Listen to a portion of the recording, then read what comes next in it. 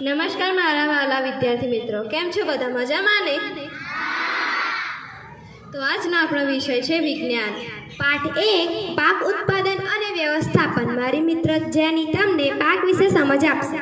પાક એટલે કે કોઈ એક જ પ્રકારના છોડને કોઈ સ્થાન પર વધારે માત્રામાં ઉછેરવામાં આવે તો તેને પાક કહે છે. તેના બે ઉદાહરણો છે, રવિ પાક અને ખરીફ પાક. ખરીફ પાક વિશે મારી પ્રિય મિત્ર હિના તમને સમજ આપશે.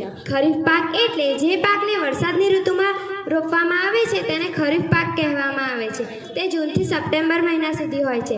તેના ઉદાહરણ ડાંગર, મકાઈ, મગફળી, કપાસ, સોયાબીન જેવા તેના ઉદાહરણો છે. રવિ પાક વિશે મારી મિત્ર જેની તમને સમજ આપશે.